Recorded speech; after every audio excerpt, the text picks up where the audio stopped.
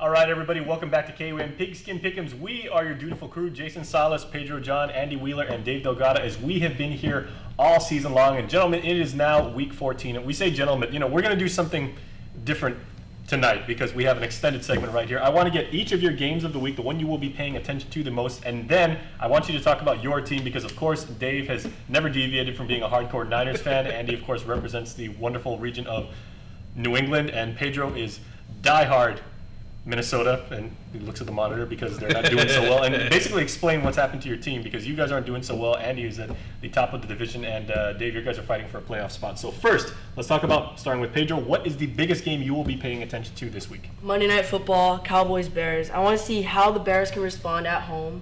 I mean, losing to the Vikings. Vikings aren't exactly the best team, and Cowboys looking impressive, that comeback win over the Raiders, so I want to see if the Bears can respond or the Cowboys keep moving right along. Is Tony Romo going to have his typical December magic, let's just say? Yeah. I don't know. I think the weather might be an issue for him because he's used to playing in the five-star Stadium Dome in Dallas, so I don't know. Yeah. That secondary of Chicago is something else, too. Those guys are really playmakers. Okay, Andy, what are you going to be watching? Dude, I'm really looking forward. I already know what Dave's going to say, so I'm going to go ahead and pick something else. But I'm really looking forward to the Carolina-New Orleans game. Yeah. It's a divisional game, and Drew Brees coming off a loss, not very happy at the moment. So I'm looking for New Orleans at home to have an amazing game. Yes, Carolina has won how many games in a row now? Their defense is looking fantastic, but a divisional game like this, New Orleans has studied the tape. They are really into this, and I think they're going to win it at home. All right. A lot of people saying Cam Newton may be a possible MVP candidate. Yeah, he's having a great year. I mean, he is. He's doing what it takes to win, and he's really matured a lot. And his third season in the league, and so I think, he's a candidate, but he still has a little ways to go. Starting to live up to that Superman vibe. Right? Yeah. Okay, Dave. We already know what you're going to say, and of course, So we can skip it. Well, the 49ers went up to Seattle, and they played in that extremely loud dome up there. They didn't pull it off. They're going down to play in San Francisco right now. What do you expect out of your guys? Well, we'll see how they play when it's 11-on-11. Communication is a big part of football. Them being undefeated at home for 2 seasons now.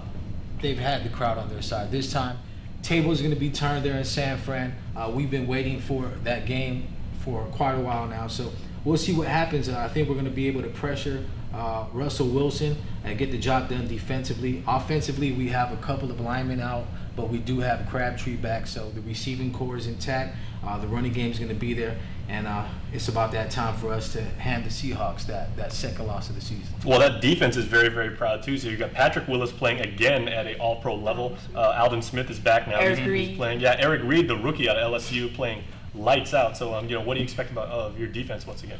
Well, I'm looking for hopefully Alden Smith to flush Russell Wilson out the pocket and for the 49ers defense to get their hands on him. We'll see if Russell Wilson can react to getting hit over and over again. So in order for us to be successful, we are going to have to put our hands on Russell Wilson and just pressure him the entire Easier said than done, though, dude. Yeah, that's the thing is he's hard to catch. I mean, you get him outside of the pocket, you got to be really disciplined as a defense because he can move just like Kaepernick. You got to really contain these guys because they can break you for huge plays if you pressure him too much. Yeah, don't forget about Marshawn Lynch too. He's still a beast. Yeah. Beast mode. Beast mode. Yeah. He played his college ball in the Bay Area. But hold on, we're gonna take his Skittles away, so he ain't gonna be out in the So Marshawn Lynch is not gonna have his Skittles this game, so we'll see how he plays without his Skittles. And you finally said it's gonna be 11-on-11, not 11 versus 12. So we'll see. Well, plus the Niners really need that game because they're wild card right now. Yeah. So they're on the verge of, if they take another couple losses. Plus the Cardinals have a really easy game. I don't want to say easy because the Rams haven't exactly been playing well. Yeah. Well, that's the thing this year in the league. There's really no easy games. I mean, there's just not a whole lot of consistency. Yeah.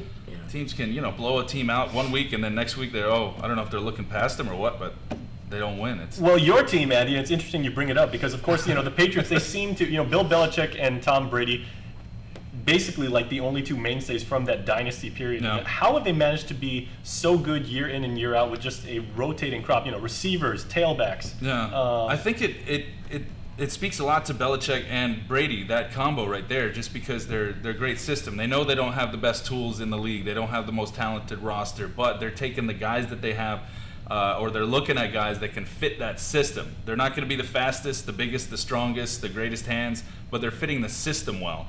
And so I think that's why they've had that success, because, it's just plug and play. That's why they're so easy to let guys go, because they know that, okay, we can look for another guy that will fit right into our system. And I think that's what it's been about. I think it's just preparation. I don't even think Belichick sleeps. I think Right. he's an insomniac. He's just so much into preparation, and that's how they get the job done. He never even takes off the hoodie. I don't think. But I mean, with the guys that they have on the roster this year and the injuries, Will Fork, a lot of defensive injuries, offensive. Amendola wasn't healthy for a while. Gronk, with who they have, I think they've done an amazing job, and I'm surprised actually that they have this many wins already. All right, well, guys, we got a minute left. Pedro, real quick, your Vikings are probably looking more at the draft with 3 weeks left in the season than making the playoffs. That's a foregone conclusion. What do you guys want to work on for next year?